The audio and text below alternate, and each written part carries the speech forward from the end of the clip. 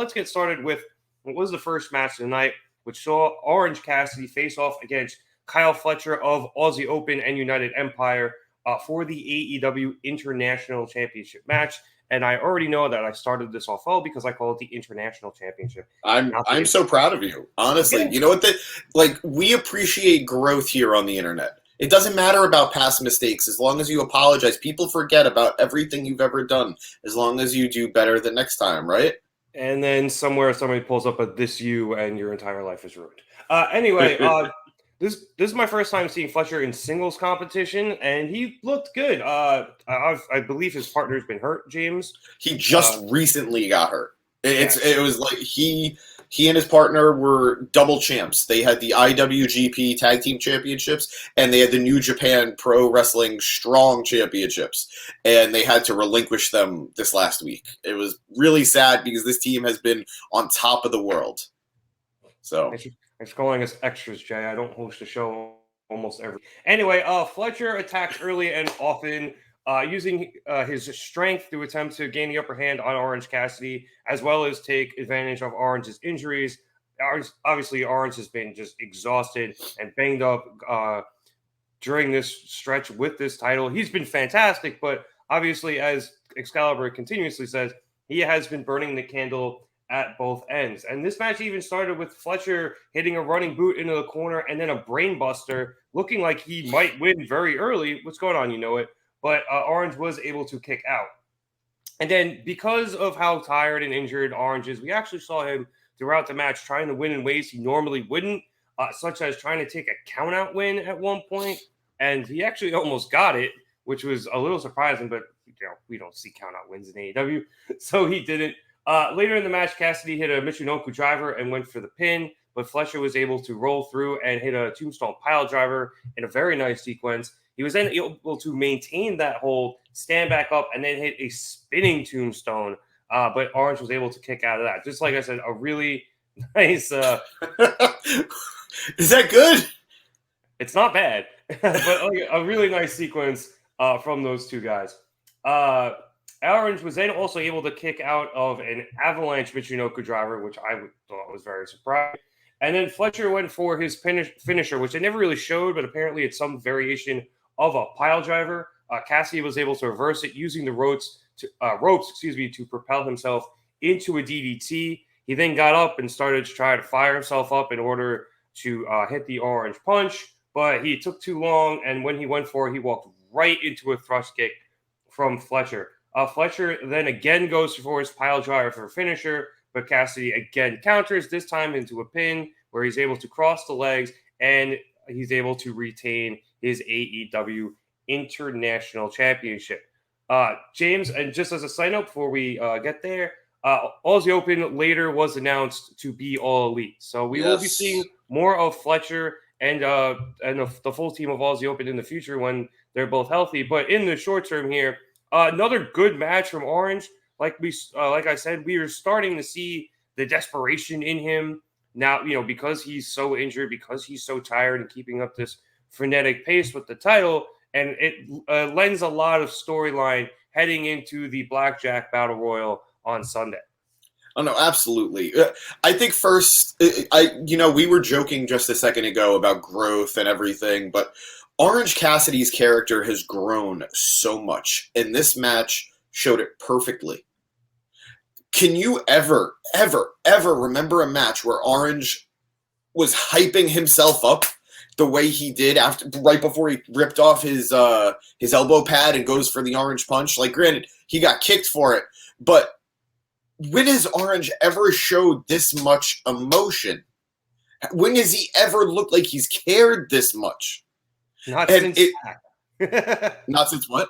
Since Pac, maybe. Yeah. And this is a guy who has learned to care, maybe accidentally. And I think that's just such a cool development for who this guy is, what he's been, who he could be. And Orange has... I don't think anybody expected Fletcher to win the title tonight. I'm still super happy we got the match in the first place because I knew it was going to be an athletic bout. I knew it was going to be one of Orange's better matches defending this championship, and it has been. Hey, producer boy. What's going on? Keep You're going. eating again. I am sorry. It didn't matter. Like a week ago, this just happens, guys. And this is not the question. Who is the glue? Not producer boy. We've known more often than not which defenses were safe and which defenses weren't. It hasn't marred the title reign, though. And this title match wasn't marred by the fact that nobody expected Kyle Fletcher to win it. Orange was the safe bet. He won. It was still an excellent humper of a match, apparently. I don't know what it means, but it sure. I'm going to go out on a limb and guess that's an Aussie thing, and it's probably a good thing. So. But very happy that Kyle Fletcher and his partner, I believe it's Mark Davis, have been made all elite. That was a signing that apparently WWE was interested in, but AEW grabbed them, and that's fantastic. A great team, deserves to be tag team champions when the team is whole again. Good on Tony Khan for paying for the surgery, despite not having signed them yet. And I'm going to be heartbroken if Orange loses the title this Sunday.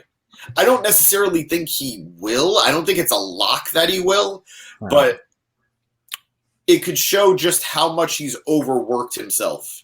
That he not arrogant, but that top of the world feeling finally crashing down.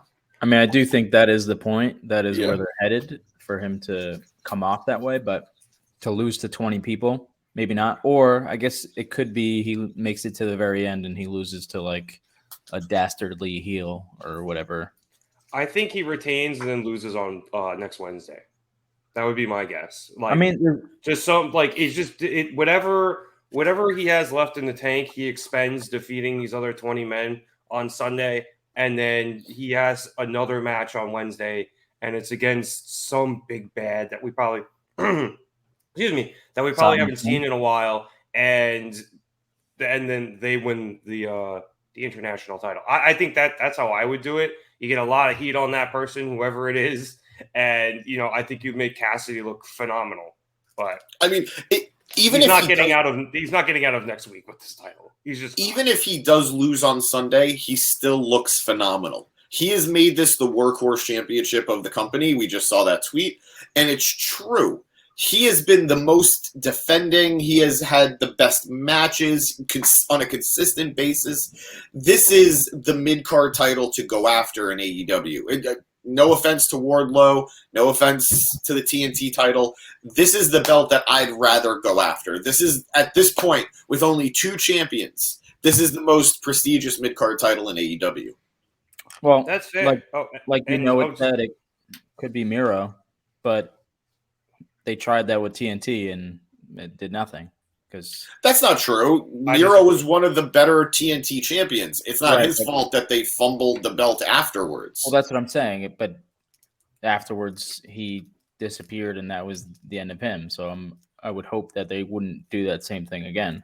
Oh yeah. Well, I mean, you could also have him going into this new show in Collision with this title, and him being one of the top guys there, and it being defended every week on Saturdays as well. That is more than an option, and I think personally a pretty good one. Unless you want to put Wardlow on there because it is on TNT, and you could actually have the TNT title being defended on TNT. But I'll tell you this: they refuse to do that.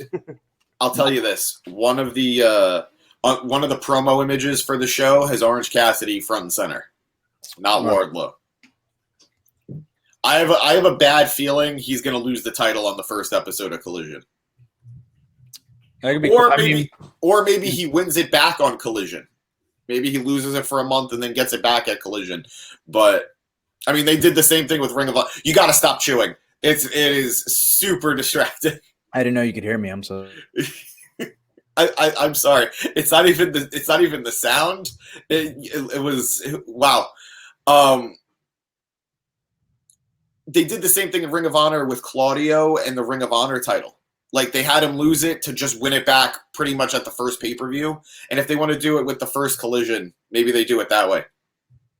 Yeah, that's a good move. I mean, having title matches on the first Collision, and I'm sure we're going to get a couple of them. and then having somebody actually win a title on the show is always a good way to start a new show. So whether it's, I don't think they'd do the TNT Championship just because Wardlow just won it, but whether it's that or the international title, I think just where they are in those reigns, the latter does seem like the better option at this point. I could see that happening next Saturday or whenever the show starts. I don't remember if it's next Saturday or not. So.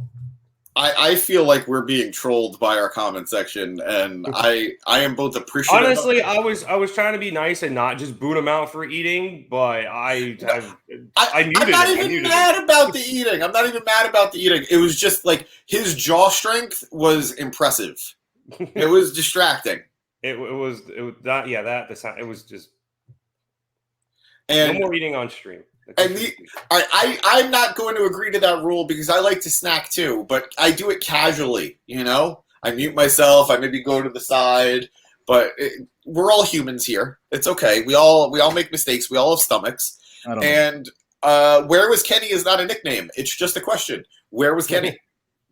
But regardless of that, great opening bout, great title defense for Orange Cassidy.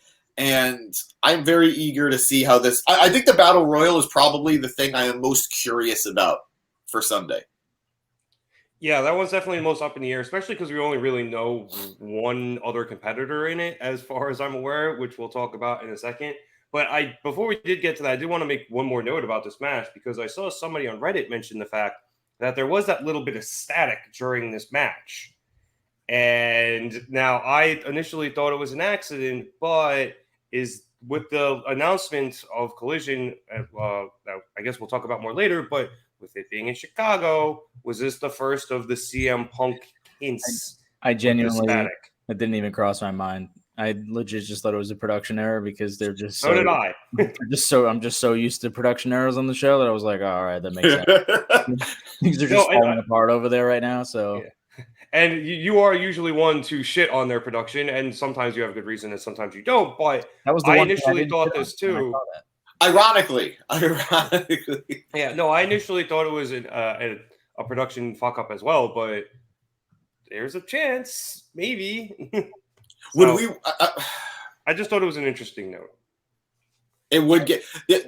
I don't want to get into the whole Punk of it all, but if he comes back, he's got to come back as a heel, right?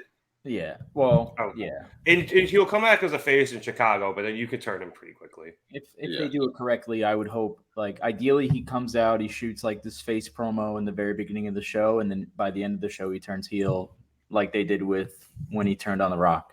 Like, that was perfect. Or I don't even know if he came out as a face that day, but well, yeah, he was. Yeah, he was a face going into it. And then he hit The Rock in the match. Yeah, it was like the perfect bookend to a show. And if I feel like that's the easy way to go. He comes out, gets the crowd hyped. Everyone's happy to see him back. He's friends with everybody again, or whatever the fuck. He apologizes, maybe, which would be great.